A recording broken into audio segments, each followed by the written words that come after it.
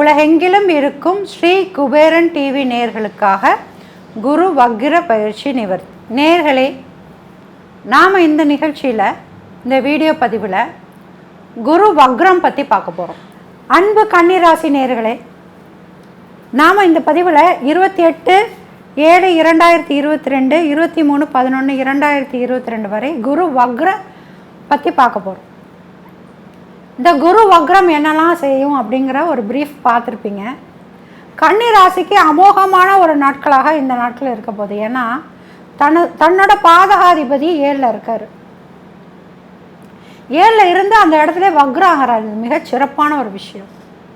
So love மேரேஜுக்காக wait பண்ணிகிட்டு இருக்கவங்களுக்கெல்லாம் திருமணம் ஆவதற்கான 100% பெற்றோர் ஒப்புதலுடன் திருமணம் ஆவதற்கான 100% வாய்ப்பு இருக்குது.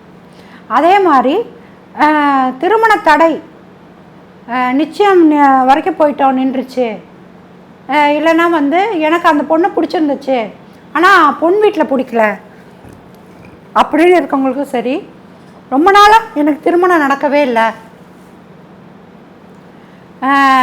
இந்த காலகட்டத்துக்குள்ளே சடனாக நடக்கிறதுக்கான வாய்ப்பு இருக்குது. திடுக்குன்னு அந்த மேரேஜ் வர்றதுக்கு வாய்ப்புகள் ஜாஸ்தி இருக்குது. அதே சமயம் இந்த காலகட்டத்தில் புதிய முதலீடை நான் போடலாமா அப்படின்னு கேட்டிங்கன்னா போடலாம். எடுக்கிற முடிவுகள் நல்லதாக அமைவதற்கான வாய்ப்பு இருக்குது. இந்த காலகட்டத்தில் எனக்கு ஒரு பார்ட்னர் வராங்க, அந்த பார்ட்னரை நான் சேர்த்துக்கலாமான்னா கண்டிப்பாக சேர்த்துக்கலாம். வர்றவங்க கண்டிப்பாக நல்ல முறையில், ஏன்னா குரு உங்களுக்கு பாதகாதிபதி வக்ரத்தில் இருக்கிறதுனால அந்த பார்ட்னர் வர்றவர் கண்டிப்பாக நல்லவராக இருக்கக்கூடிய வாய்ப்புகள் ஜாஸ்தி இருக்குது. இந்த காலகட்டத்தில் நான் என் ஃபேமிலி பார்ட்னரோ என்னோடய பிஸ்னஸ் பார்ட்னரையோ நான் ஒரு கையெழுத்தின் மூலம் ஒப்புதல் மூலம் நான் நிரந்தரமாக்கி கொள்கிறேன், அந்த சைன் பண்ணலாமா அப்படின்னா தாராளமாக. அதே சமயம் 2வது திருமணத்திற்காக வெயிட் பண்ணிகிட்டு இருக்கவங்களுக்கும் அந்த திருமணமும் நடக்க வாய்ப்பு இருக்குது. 2வது குழந்தை பேர், 3வது குழந்தை பேர், முதல் குழந்தைக்காக ஒரு முயற்சி எடுக்கிறோம், டெஸ்ட் டியூப் பேபி மூலமாக ஒரு முயற்சி எடுக்கிறோம் அப்படிங்கிறவங்களுக்கு எல்லாத்துக்குமே கண்டிப்பான முறையில் குரு வக்ரம் இந்த பாசிட்டிவை தரப்போகுது. வேறு என்னெல்லாம் பண்ணக்கூடாது அப்படின்னா, பண்ணக்கூடாதுன்னு ஒன்றுமே இல்லை, எல்லாமே பண்ணலாம். அதுதான் கன்னியா ராசிக்கு வந்திருக்க ஒரு நல்ல அதிர்ஷ்டமான ஒரு விஷயம். எப்போவுமே குடும்பத்தில் ஒரு சண்டை இருந்துக்கிட்டே இருக்கே அப்படின்னா அதுக்கு காரணம் குரு கிடையாது, உங்கள் 2ஆம் இடத்துல இருக்கும் கேது. கோச்சாரத்தில் கேது இப்போ இருக்கிறதுனால குடும்பத்தில் எப்பவும் பிரிவுகள், பிரச்சனைகள், சண்டைகள், தனிமைப்படுத்தலாம் இருக்கும். இது குரு இவ்வளோ நாள் பார்த்தது, வக்ரம் இல்லாமல் பார்த்தது ஒரு சாத்விக செயல்பாடு மாதிரி இருக்கும். நீங்களே போய் தனியாக இருந்துக்கிறது, நமக்கு எதுக்கு வம்பு, திட்டினா திட்டிட்டு போகிறா, போட்டதை சாப்பிட்டு சும்மா இருப்போம் அப்படின்லாம் இருந்திருப்பீங்க. இப்போ அப்படி கிடையாது. எனக்கு சாப்பாடு போடுறதுனா போடு, இல்லைன்னா நீ கிளம்புங்கிற மாதிரினா பிரச்சனைக்கான தீர்வோடு நல்லாயிருக்கும் குடும்பம். ஸோ இப்போ உங்களுக்கு ஆக்டிவேஷன் பவர் ரொம்ப ஜாஸ்தி இருக்குது, எண்ணங்களோட ஆக்டிவேஷன் ரொம்ப ஜாஸ்தி இருக்கும். அதே மாதிரி உடல் ரீதியான கொஞ்சம் ஒரு உடல் சார்ந்த ஒரு விஷயத்தை, ராசினா உடல் அப்படின்னு சொல்கிறோம். அப்போ அந்த உங்கள் உடலில் ஒரு கிரக பார்வைப்படும் பொழுது அது நல்லது செய்கிற இடத்துல நன்மையும் செய்யும். ஒருவேளை ஒரு நோய் அந்த மாதிரி இருக்கும் இடத்துல அந்த உடல் ரீதியான அந்த நோயை வளர்த்து விடவும் அது ஒரு இருக்கும்.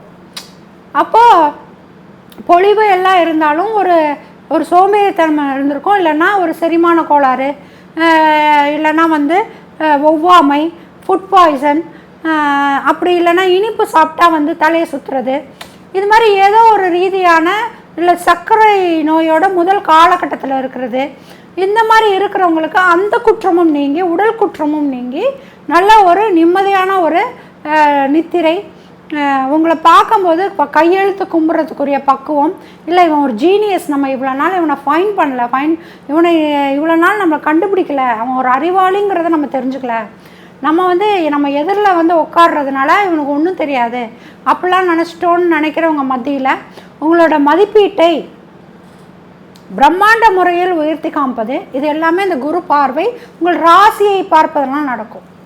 உங்கள் ராசியை நீங்கள் மட்டும் இல்லை, நீங்கள் போனால் நீங்கள் வந்தால் ராசின்னு 10 பேர் சொல்கிற மாதிரி குரு இந்த நிலமையில் மாற்றி காட்டுவார்.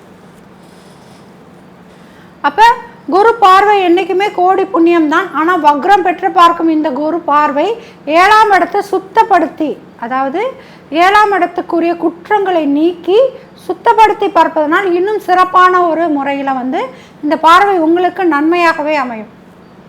லாபஸ்தானங்கள் கை கொடுக்கும். 2ஆம் தொழில் கை கொடுக்கும். 2வதாக நான் ஒரு தொழில் ஆரம்பிக்கிறேன், இல்லைன்னா அதே தொழிலுக்கு 2வது முறையாக ஒரு பெரிய முதலீடை போடுறேன் அப்படிங்கிற பட்சத்தில் கண்டிப்பாக அந்த 2வது தொழில் சாத்தியமாகி வரும். சரி, இப்போ முயற்சி ஸ்தானங்கள் அனைத்தும் வெற்றி அடையும் வாய்ப்பில் இருக்கும் பொழுது உங்கள் சகோதரர்கள் ரீதியாக ஒரு முயற்சியில் நீங்கள் ஈடுபடுறீங்க. உங்கள் சகோதரர்கிட்ட ஒரு முரண்பாடு கருத்து இருக்குது. அவர் கையெழுத்து போட்டாலும் தான் ஒரு வீடை விற்று உங்களோட பிஸ்னஸுக்கோ இல்லை உங்களோட கடனுக்கோ இல்லை அந்த பணம் உங்களுக்கு தேவைப்படுது. எதுக்கு ஒரு அசன்ட்டு வீணாக இருக்கணும், அதை நம்ம பராமரிக்கிறது இல்லை, அதை பெயிண்ட் அடிக்கிறது இல்லை, அந்த பழைய பூர்வீக வீட்டுக்கு யாரும் போயிட்டு வரதும் இல்லை. அப்படி இருக்கும் பொழுது ஒரு சென்டிமெண்ட்டுக்காக எதுக்கு அது இருக்கணும் அப்படின்னு நினைக்கிற பட்சத்தில் இந்த காலகட்டங்களில் சகோதரர் உங்களை புரிஞ்சுக்கிட்டு, ஓகே நீ சொல்கிறதுலேயும் ஒரு உண்மை இருக்குது, ஒரு நம்பகத்தன்மை இருக்குது, எதுக்கு அதை ஒரு அசன்ட்டாக இருக்கணும், வேறு எதுக்காச்சும் பயன்படுத்தலாம் அப்படிங்கிற ரீதியாக உங்களோட அறிவான விஷயத்தை பயன்படுத்தி உங்களோட ஒரு பார்ட்னராக வரக்கூடிய வாய்ப்பு கூட உங்கள் சகோதரனோ சகோதரிகளுக்கோ இருக்குது. அதே இந்த காலகட்டத்தில் பார்ட்னராக சகோதரன் சகோதரி வரும்போது ஏற்றுக்கொள்ளலாமா அப்படின்னு நீங்கள் நினச்சிங்கன்னா கண்டிப்பாக ஏற்றுக்கொள்ளலாம். அதுக்குரிய சாத்தியக்கூறுகளும் இருக்குது. இப்போது அடுத்து பார்த்திங்கன்னா, இப்போ 3க்கு விரயஸ்தானமாக, சகோதரத்துக்கு விரயஸ்தானமாக உங்கள் குடும்பம் வரும். அப்போ அவங்க ஏதோ ஒரு ரீதியாக உங்களை ஹெல்ப் பண்ண முடியாமல் அவரோட உங்கள் குடும்பத்திலேயே ஒரு பிரச்சனை இருக்கும். உங்கள் மனைவி அவங்கள ஒத்துக்காமல் போகிறது, இல்லை உங்களோட மனைவியோட மாமியார் வீட்டில் அவர்களை ஒற்றுக்கொள்ளாமல் போகிறது. இந்த சச்சரவுனால் ஒரு குடும்பம் பிரிந்து இருக்குன்னா இப்போ சேர்றதுக்கான ஒரு வாய்ப்புகள் ஜாஸ்தி இருக்குங்க. சரி, இப்போது இது இல்லாமல் ஒரு பிரிந்து போன உறவு கைகூடி வருமா அப்படின்னா விட்ட பந்தம் கைகூடி வருவதற்கான வாய்ப்பு இருக்குது. அந்த வந்த பந்தம் உங்களுக்கு கீழ்ப்படிதலோடு நடப்பதற்கான அதிகப்படியான வாய்ப்புகள் இருக்குது. தொலைந்து போனவர்கள் வருவதற்கான வாய்ப்பு இருக்குது. தொலைந்து போன பணம் கை வருவதற்கான வாய்ப்பு இருக்குது. தொழில் நட்டத்தை ஈடுபடுத்தக்கூடிய பணம் லாபமாக மாறி வருவதற்கான வாய்ப்புகள் ஜாஸ்தி இருக்குது. நீங்கள் ஒரு விஷயத்தில் மட்டும் ஒரு விஷயம் தெளிவாக பண்ணுங்கள். இது நமக்கு லாங் டேர்ம் கிடையாது, ரொம்ப ஷார்ட் டேர்ம். 28/7 23/11 வரைக்கும் தான். ஸோ இந்த ப்ரீஷியஸான டைமில் உங்களுக்கு கிடைக்கிறதெல்லாம் நீங்கள் நிரந்தரமாக வச்சுக்கணும்னு நினைக்கிற பட்சத்தில் உறவுகளை நிரந்தரமாக வைத்துக்கொள்ளலாம், பார்ட்னர்ஷிப்போ எல்லாமே. ஆனால் இந்த பணம் நிறையா வருது பார்த்திங்களா, அதோட முதலீடில் கொஞ்சம் கவனமாக இருக்கணும். இனிமேல் வந்துக்கிட்டே இருக்க போகுது அப்படிங்கிற எண்ணம் இருக்கக்கூடாது. இது ஒரு ஷார்ட் டேர்ம் தான். அப்போ இந்த டைமில் ஒரு லக்கியான ஒரு பணம் வருது, திடீர் அதிர்ஷ்டத்தில், திடீர் லாட்ரியில் ஏதோ பணம் வருது அப்படின்னா அதுக்கு இன்னும் வரும், இதை செலவழிக்கலாம், இல்லை இதை வேறு ஏதாச்சும் முதலீடு பண்ணலாம் அப்படிங்கிற எண்ணத்தில் இருக்கும் பொழுது அதை கொஞ்சம் ஜாக்கிரதையாக முதலீடு பண்ண வேண்டும். அதுதான் சிறப்பு. உங்களுக்கு உங்கள் ராசிக்கு 12ஆம் இடமும் சிறப்பாக இருப்பதற்கான வாய்ப்பு இருக்குது. ஏன்னா அவங்களுக்கு முன்னாடியும் பின்னாடியுமே கொஞ்சம் சிறப்பான விஷயங்கள் இருக்குது. அதனால் விரயஸ்தானமும் உங்களுக்கு நன்றாக அமைவதற்கான வாய்ப்பு இருக்குது. ஒரே ஒரு விஷயம், குடும்ப ரீதியான தர்க்கம் மட்டும் ஜாஸ்தி இருக்கும். வீட்டுக்குள்ளே வந்துட்டாலே சண்டை. ஆனால் அந்த சண்டை பெரிய ஒரு உங்களை நோக்கி வீசும்போது ஃப்ரீஸ் ஆகி அப்படி கீழே விழுந்துடும், உங்களை தாக்காது. ஆனால் அதே சமயம் அவர்கள் நிம்மதி இல்லாமல் உங்களை சாபிச்சுக்கிட்டே இருப்பாங்க. ஸோ அதுலேருந்து நம்ம என்ன பண்ணலாம், கொஞ்சம் நம்மளை நெறிப்படுத்திக்கலாம். நம்ம நம்மளோட அதிகாரத்தை காமிக்காமல் ஒரு சாஃப்டாக உட்கார வச்சு சொல்கிறது. ஏன்னா இந்த காலகட்டத்தை வச்சு நம்ம எதிர்காலத்தை பெருசாக லாங் டேர்ம் ப்ராசஸை பண்ண முடியாது. இந்த காலகட்டத்தில் பர்சனலாக நீங்கள் யாரையாச்சும் பர்மனெண்ட்டாக ப்ளேஸ் பண்ணிக்கணும், பார்ட்னராக ப்ளேஸ் பண்ணிக்கணும், ஒர்க்கராக ப்ளேஸ் பண்ணிக்கணும், ஒர்க்கிங் பார்ட்னராக ப்ளேஸ் பண்ணிக்கணும்னா கண்டிப்பாக பண்ணிக்கலாம், லாங் டேர்ம் வருவாங்க.